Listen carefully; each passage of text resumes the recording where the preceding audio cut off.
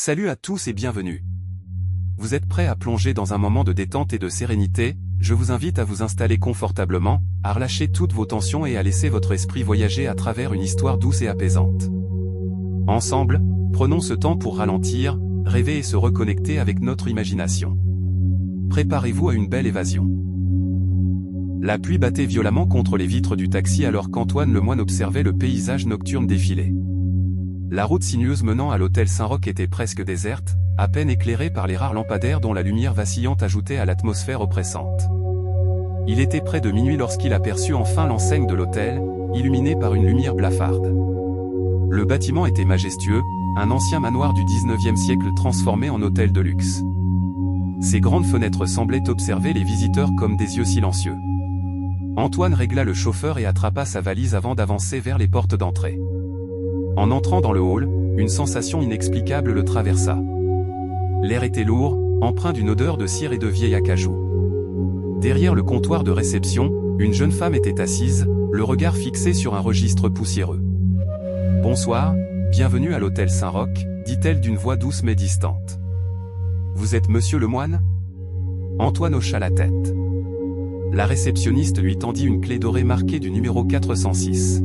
« Vous avez de la chance, c'est l'une de nos meilleures chambres, ajouta-t-elle avec un sourire figé. « Merci. Vous vous appelez comment ?» Clara. Il allait poser une autre question lorsqu'un bruit discret se fit entendre derrière lui. En se retournant, il remarqua les autres clients dans le hall, certains lisaient des journaux, d'autres fixaient le vide, mais tous avaient un point commun, personne ne semblait vouloir monter se coucher. Antoine observa plus attentivement la décoration de l'hôtel. Des tableaux anciens ornaient les murs, représentant des paysages nocturnes inquiétants, des scènes de villes désertes et d'étranges portraits au visage flou. Un imposant chandelier en cristal dominait le hall, projetant une lumière tamisée et vacillante sur les fauteuils de velours rouge disposés en petits cercles. En empruntant l'ascenseur, Antoine remarqua une chose curieuse, le panneau d'affichage indiquait des étages qui ne figuraient pas sur le plan. Il appuya sur 4, et les portes se fermèrent dans un bruit sourd. Arrivé à son étage, le couloir était éclairé par une lumière jaune tamisée, donnant une ambiance presque onirique. Le tapis épais absorbait tous les sons, et l'air y était plus lourd, comme si l'hôtel lui-même retenait son souffle. Il trouva sa chambre et inséra la clé. L'intérieur était luxueux, mais une étrange impression de déjà-vu lui parcourut l'échine. Il posa sa valise et s'assit sur le lit. Il était épuisé, mais un bruit dans le mur l'arrêta net. Un murmure, faible, presque inaudible. Antoine approcha son oreille du mur. Une voix semblait chuchoter quelque chose, « Ne dors pas ». Son cœur s'accéléra. Il se recula et tenta de rationaliser. Peut-être des canalisations? Une chambre voisine? Il alla à la salle de bain pour se passer de l'eau sur le visage. Mais en relevant la tête, il remarqua que le miroir était légèrement embué, comme si quelqu'un avait respiré dessus il y a peu. Pourtant, il n'avait pas encore touché à la douche.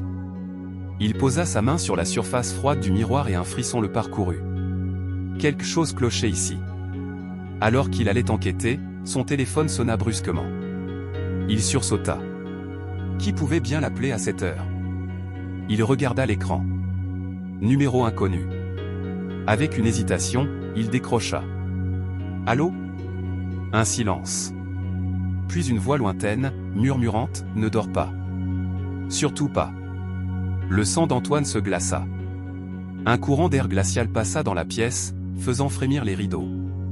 L'écrivain fixa son téléphone, incapable de bouger, tandis qu'une sensation d'être observé s'intensifiait autour de lui. Brusquement, la lumière de la lampe de chevet clignota puis s'éteignit complètement. Un bruit sourd résonna derrière la porte de sa chambre, comme si quelqu'un venait de s'y appuyer lourdement. Son cœur battait à tout rompre. Il s'approcha lentement de la porte et regarda par le judas. Il n'y avait rien. Rien, sauf une ombre déformée qui semblait flotter dans le couloir. Antoine se réveilla en sursaut. Son cœur battait à tout rompre. Il ne se souvenait pas s'être endormi, et pourtant, il était allongé sur son lit, dans l'obscurité complète. Il tâtonna à la recherche de la lampe de chevet et l'alluma. La pièce était toujours la même, luxueuse et calme, mais quelque chose était différent. Ses mains étaient moites. Il se souvenait à peine du moment où il avait fermé les yeux. Un frisson lui parcourut l'échine en repensant à l'appel qu'il avait reçu. Il se leva et marcha lentement jusqu'à la fenêtre. Dehors, la pluie tombait toujours en fines gouttelettes, et la ville semblait plongée dans un sommeil profond.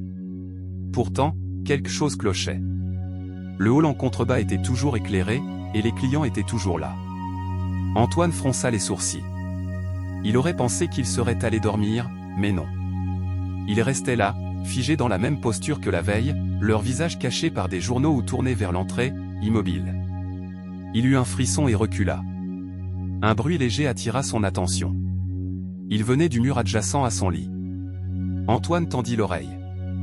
C'était un murmure indistinct, comme un chœur de voix chuchotant à l'unisson. « Qui est là » demanda-t-il à voix basse. Le silence lui répondit.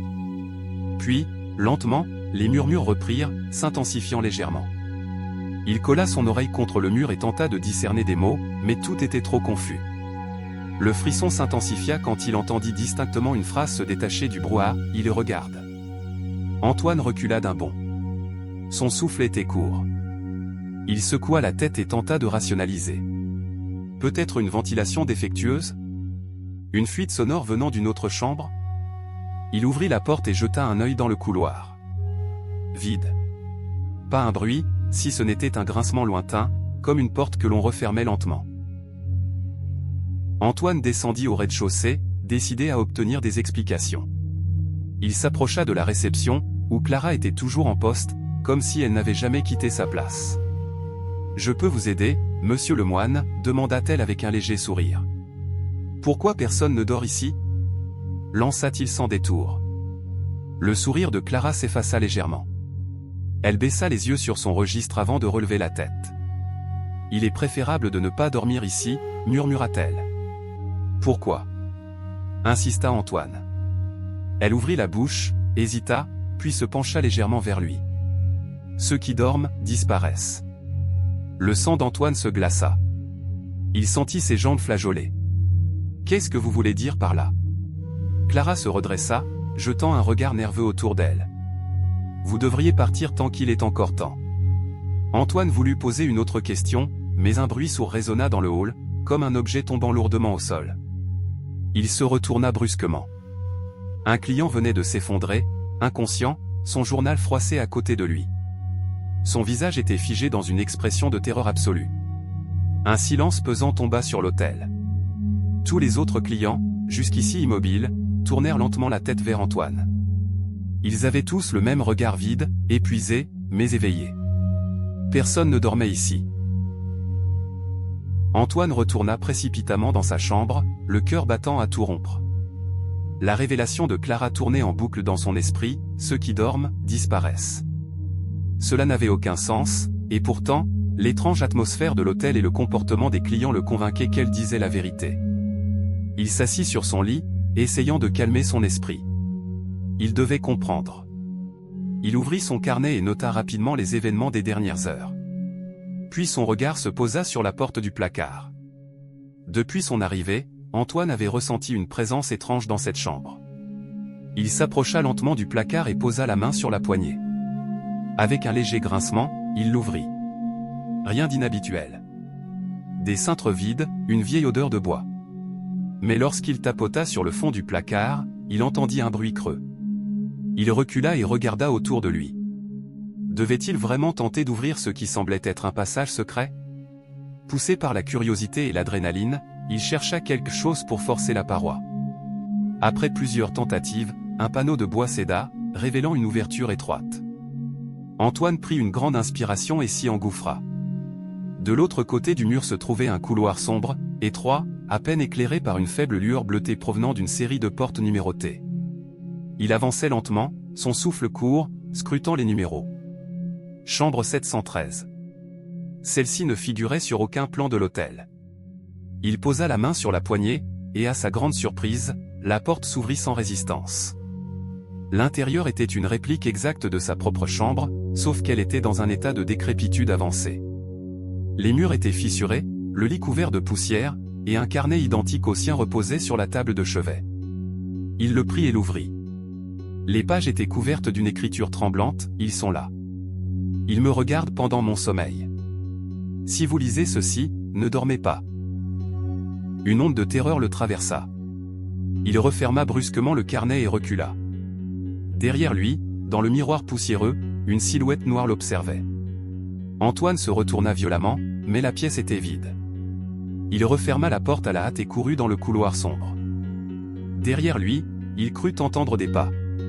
Une porte grinça lentement. Son cœur tambourinait dans sa poitrine. Il arriva à l'ouverture du passage secret et s'engouffra dans sa chambre en refermant précipitamment la cloison. Il s'effondra sur le lit, le corps en sueur. Clara ne lui avait pas tout dit. Il n'était pas simplement dangereux de dormir ici. Quelque chose rôdait dans cet hôtel, et cela attendait que quelqu'un ferme les yeux. Antoine était assis sur le bord de son lit, le carnet découvert dans la chambre 713 encore entre ses mains. Son esprit était en ébullition. Il savait maintenant que l'hôtel cachait quelque chose de bien plus sinistre qu'il ne l'imaginait. Quelque chose observait les clients. Quelque chose attendait qu'ils s'endorment. Il devait obtenir des réponses. Et il savait exactement où chercher. Il descendit précipitamment au hall. Clara était toujours derrière le comptoir de la réception, les yeux fatigués, mais alertes. « Vous saviez » souffla Antoine en posant le carnet devant elle. « Vous saviez ce qui se passe ici ?» Clara resta silencieuse, évitant son regard. « Parlez » insista-t-il. « Qu'est-ce que cet hôtel cache ? Qui sont ces clients qui ne dorment jamais ?» La réceptionniste ferma les yeux un instant, puis murmura « Nous sommes tous coincés ici. » Antoine sentit un frisson le parcourir. « Coincés ? Ce n'est pas un simple hôtel, » continua Clara. « C'est une prison. Ceux qui y entrent n'en sortent jamais, ou du moins, pas comme ils l'étaient avant. » Antoine s'adossa contre le comptoir, choqué. « Mais pourquoi ? Qui contrôle cet endroit ?» Clara hésita, puis baissa la voix, l'hôtel lui-même. Il vit. Il se nourrit, des dormeurs. Un silence pesant s'installa. Antoine comprenait enfin pourquoi on lui répétait de ne pas dormir. Ceux qui s'endormaient n'étaient plus les mêmes au réveil, ou disparaissaient complètement. « Il y a une manière de partir » ajouta Clara. « Mais c'est risqué. »« Dites-moi » exigea Antoine. Elle jeta un regard nerveux autour d'elle, puis sortit une clé en or d'un tiroir. « Il existe une chambre, une seule qui est à l'origine de tout. La chambre 999. Si vous voulez comprendre, vous devez y entrer. » Antoine attrapa la clé, un frisson glacé lui parcourant la nuque. « Que vais-je y trouver ?» Clara le fixa avec intensité. « L'hôtel lui-même. » Antoine ne réfléchit pas. Il savait que s'il hésitait, il perdrait courage. Il se dirigea vers l'ascenseur et inséra la clé en or dans une fente discrète sous le panneau des étages. Les portes se fermèrent dans un silence absolu. Puis, au lieu des chiffres habituels, un seul apparut sur l'écran, 999. L'ascenseur descendit, mais Antoine sentit aussitôt que quelque chose n'allait pas. Il n'y avait aucune sensation de mouvement, aucun bruit de moteur.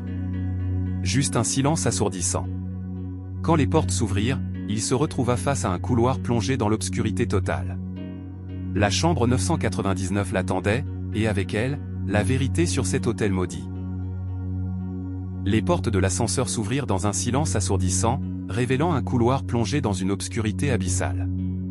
Antoine sentit un froid glacial l'envahir alors qu'il faisait un pas en avant. Derrière lui, l'ascenseur se referma sans bruit, comme s'il venait d'être coupé du reste du monde. Il avança lentement, la clé en or serrée dans sa main. À chaque pas, l'air devenait plus dense, plus oppressant. Les murs du couloir semblaient vibrer, respirer presque. L'hôtel lui-même était vivant. Au bout du couloir, une porte immense l'attendait. Chambre 999. Contrairement aux autres, cette porte n'était pas numérotée avec des chiffres métalliques, mais gravée dans le bois, comme si elle avait toujours existé. Antoine leva la clé et l'inséra dans la serrure. La porte s'ouvrit dans un soupir lugubre. L'intérieur de la chambre était un abîme noir, sans mur, sans plafond, sans sol. Juste un vide sans fin. Antoine sentit une force invisible l'attirer vers l'avant, et soudain, une silhouette apparut.